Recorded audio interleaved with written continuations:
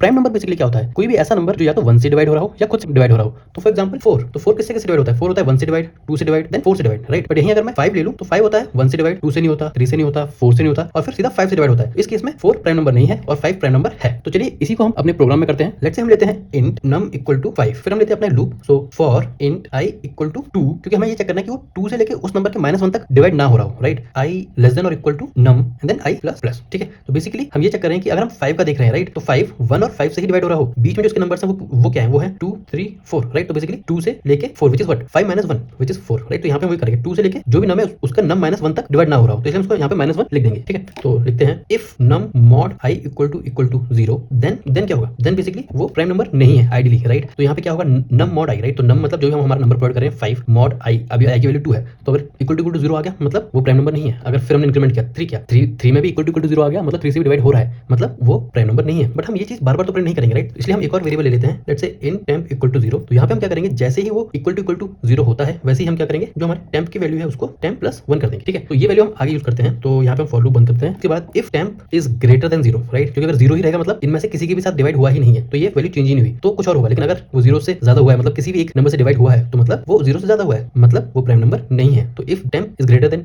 0, तो हम system dot out dot print कर देंगे नॉट अ प्राइम नंबर, ठीक है। बंद कर देते हैं, else system dot out dot print prime number.